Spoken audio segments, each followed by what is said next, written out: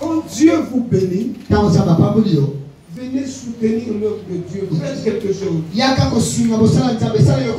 Faites quelque chose. Amen. Amen. Faites toujours quelque chose pour Dieu. Il y a une soeur qui m'a appelé, une soeur qui était avec nous ici. Elle est repartie en Angola. Elle m'a appelé. Elle a dit, papa, je te donne le code. J'envoie ma contribution. Je dis, quelle contribution? Elle dit, non, mais quand j'étais dans votre église, tu étais en train de parler de l'achat parcelle. Quand tu entends des choses comme ça, ça fait plaisir. Ça veut dire qu'il y a des gens qui reconnaissent quand même que vous êtes en train de faire un travail.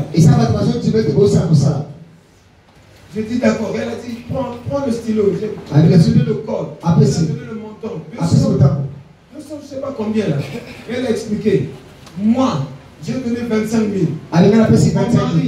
J'ai expliqué à mon mari, à mes enfants. Ça, c'est moi-même qui t'envoie, toi, mon papa, pour ton foufou. Ça,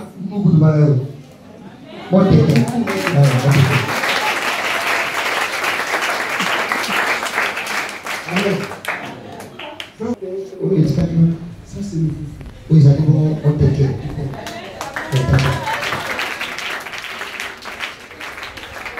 J'étais avec le pasteur Salomon. On parlait avec elle, elle me donne le compte pour ça. Ça encourage, Ils ont pris ça pico. Toi aussi, si tu voyages. Si tu veux envoyer quelque chose à l'église, n'oublie pas que l'église aussi, il y a quelqu'un qui mange le foufou.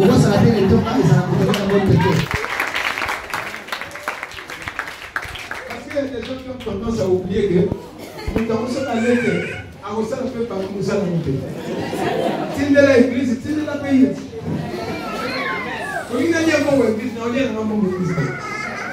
Amen.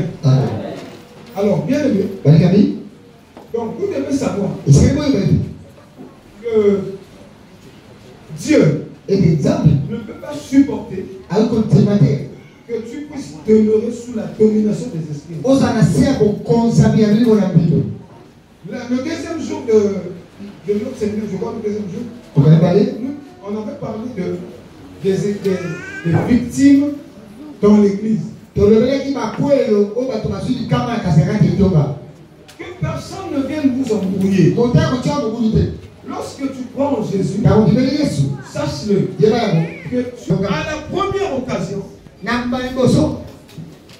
il va t'attaquer. Il va te posséder. Après, il sait comment faire. Les démons savent comment faire pour ne pas faire remarquer leur présence. Pour ne pas faire remarquer leur présence. Quand je m'étais converti, je participais aux multiples programmes de l'église pendant des années. Il n'y avait pas de manifestation. Je trouvais ça normal. Et quand on parlait de la possession, je trouvais que ça me concerne. Moi, ne peut pas me posséder. Une sœur, Christ, elle était venue d'Abidjan. Elle nous a dit que venez, je vais vous apprendre à chanter. Et avec ça a énervé. Nous, on est possédés. Nous sommes baptisés. Nous avons reçu Jésus comme ça. Elle nous a dit, vous êtes possédés. Ne discutez pas. Obéissez à ce que moi je vous dis. Vous allez voir. Chaque week-end, jeûne et prière. Chaque week-end, jeûne et prière. C'est lassant. C'est pas facile. Il y a des esprits. Quand il est rentré dans ta vie, Julien, il y a des esprits. Quand il s'est installé dans ta vie, très jeune, tu grandis, il grandit avec toi. Il s'est enraciné dans ta vie. Tu peux participer au programme de prière, ça ne lui fera rien. Il faudrait que le programme soit un programme qui va cibler cet esprit. Un programme qui concerne le combat spirituel. Ce n'est qu'à ce moment-là, on va commencer à citer les esprits. L'esprit concerné va se manifester. Si toi tu ne viens pas à un programme comme ça, l'esprit de ton père qui t'habite, même si tu vas au culte le dimanche, ça ne te dérange pas. Elle est venue témoigner là.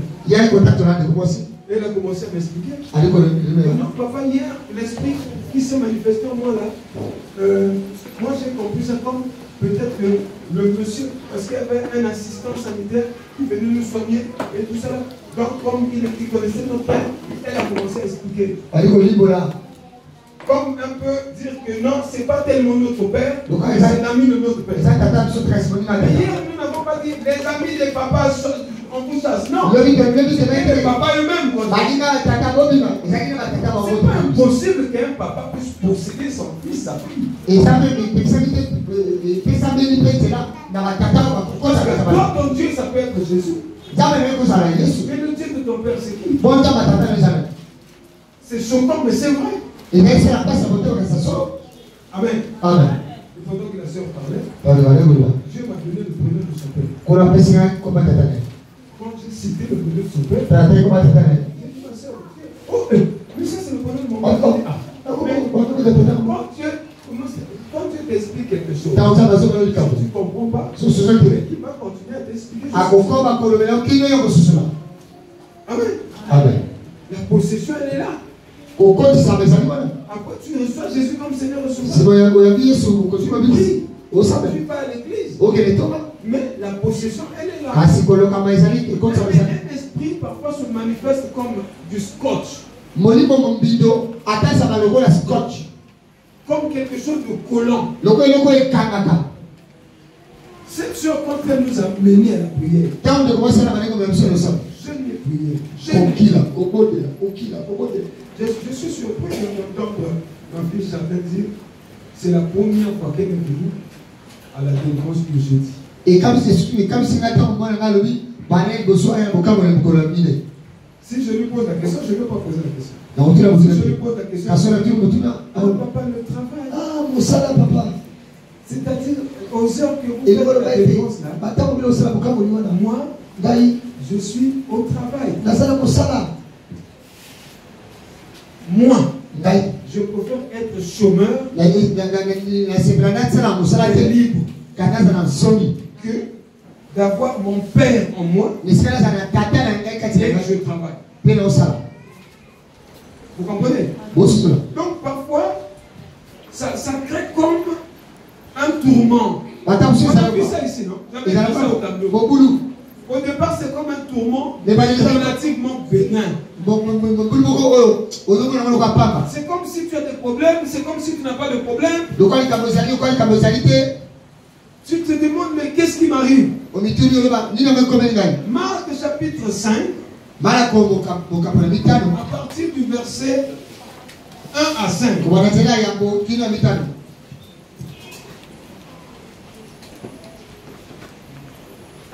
à 5. Nous allons lire. Marc chapitre 5, à partir du verset 1 à 5, disons la parole de Dieu. Amen. Ils arrivèrent à l'autre bord de la mer, dans le pays de Galatiens, de Gadaréniens. Aussitôt que Jésus fut hors de là-bas, il vint au-devant de lui un homme sortant de sépulcre et possédé d'un esprit impur. Cet homme avait sa demeure dans les sépulcres. Et personne ne pouvait plus le lier. Même avec une chaîne, car souvent il avait eu Les fers aux pieds avaient été liés. De chaînes. Mais il avait rompu les chaînes. Et brisé les fers. Et personne n'avait la force de les dompter. Au verset 5, il était sans cesse, nuit et jour, dans les sépulcres et sur les montagnes, criant et se meurtrisant avec des pierres. Amen. Amen. Amen. Amen. Ça s'appelle, ce que nous venons de lire là, ça s'appelle la possession. C'est un état où la vie et le corps passent totalement sous la domination et le contrôle de Satan.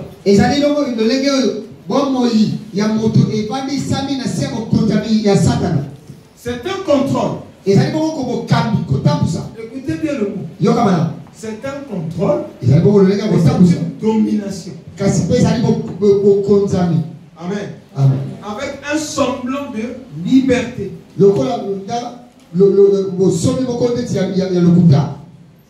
On peut se mouvoir. On a une volonté. Mais c'est une volonté qui subit une domination. À n'importe quel moment, ces forces-là peuvent vous induire en erreur.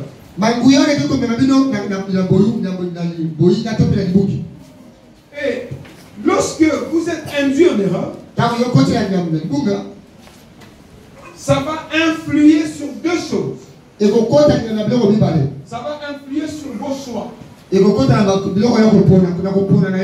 Et ça va influer sur vos décisions. Suivez-moi très bien. Deux choses. Lorsque Satan vient posséder, dominer la vie d'un être humain, il sait comment le faire dans la ruse. Et il sait comment le faire sans se faire remarquer.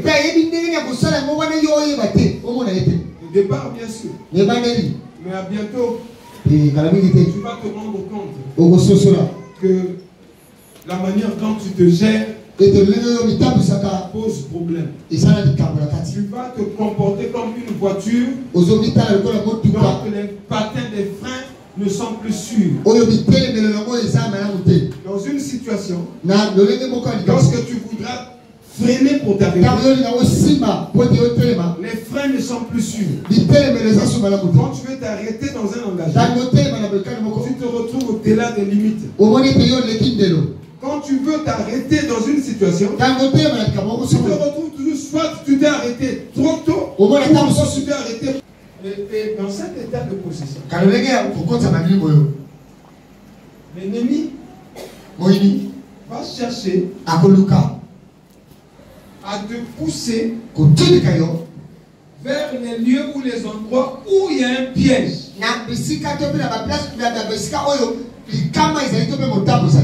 Où il y a un piège. C'est comme ça que dans cette histoire de Marc, la Bible nous présente un homme qui est sous la possession de nous.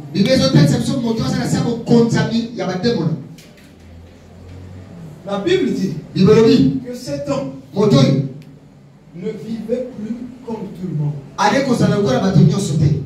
Il avait élu domicile dans les sépulcres, dans les tombes. L'esprit est en lui. Mais l'esprit qui est en toi peut te pousser dans une vie d'instabilité. L'esprit qui est en toi peut te pousser dans une vie d'instabilité sexuelle. Instabilité financière. instabilité dans tel ou tel domaine. Déséquilibre que tu n'arriveras jamais à corriger.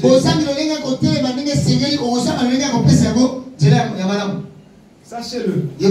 Qu'un démon, quand il a réussi à posséder le corps humain, il ne se manifeste pas toujours comme un trait affreux. Non. Il n'a pas besoin de se manifester comme un trait affreux. Oui, si tu sauras que non, ça c'est quoi? Tu vas réagir. Donc, il va s'adapter à tes habitudes dans un premier temps pour comprendre ce que tu aimes et ce que tu n'aimes pas. Et ensuite, il va amplifier tes désirs par rapport à ce que tu aimes. Et ensuite, à bientôt, tu perds le contrôle du domaine dans lequel lui, il a saisi.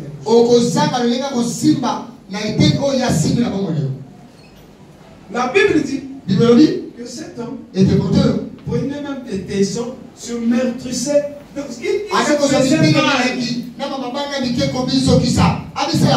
Les démons peuvent pousser quelqu'un à se faire mal soi-même. Alléluia. Amen. Regardez comment les démons peuvent faire quelqu'un. Tu vois des petits sur l'avenue de la paix. Ils achètent la colle. La colle pour cordonnerie. Ils achètent ça, c'est 1000 francs, 1500. Ils ouvrent la colle. Ils prennent un morceau de tissu. Ils recouvrent la boîte de la colle. Après, ils commencent à aspirer. Si tu fais ça 2 fois, 3 fois, si c'est toi et moi, on tombe, on va se retrouver à l'hôpital. Parce que c'est un produit toxique. Ça a un effet plus que d'autres drogues. Mais le démon qui est en lui le convainc que achète la colle, aspire la colle.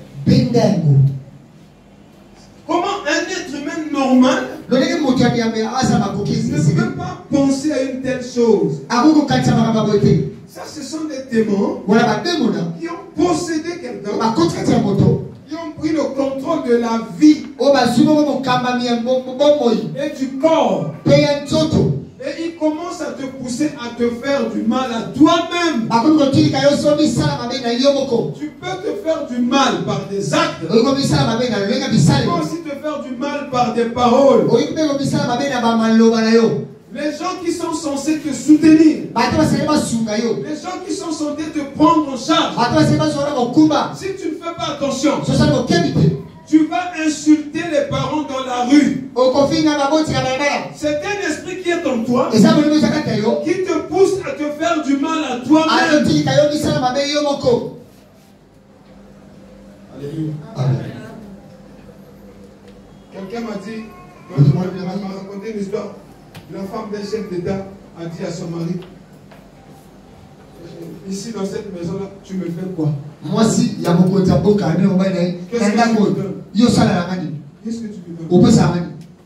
Vous voyez comment les démons peuvent amener quelqu'un à s'auto-détruire. Toi, tu es première dame.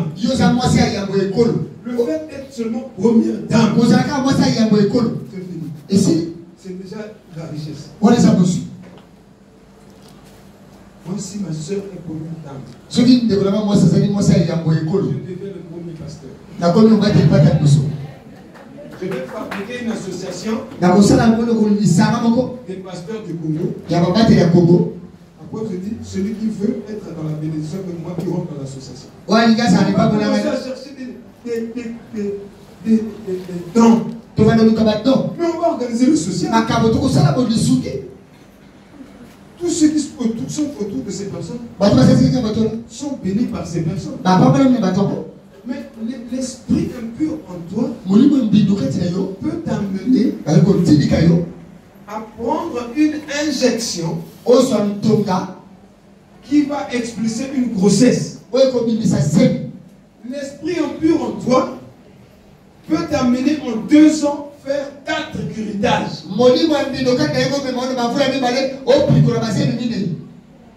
Je connais une dame, elle a fait le curitage. On était vraiment bien avec elle. Et ça a été mal fait. Quand on a gratté là-dedans, la matrice a été blessée. Les appareils reproducteurs ont été grattés par les métaux.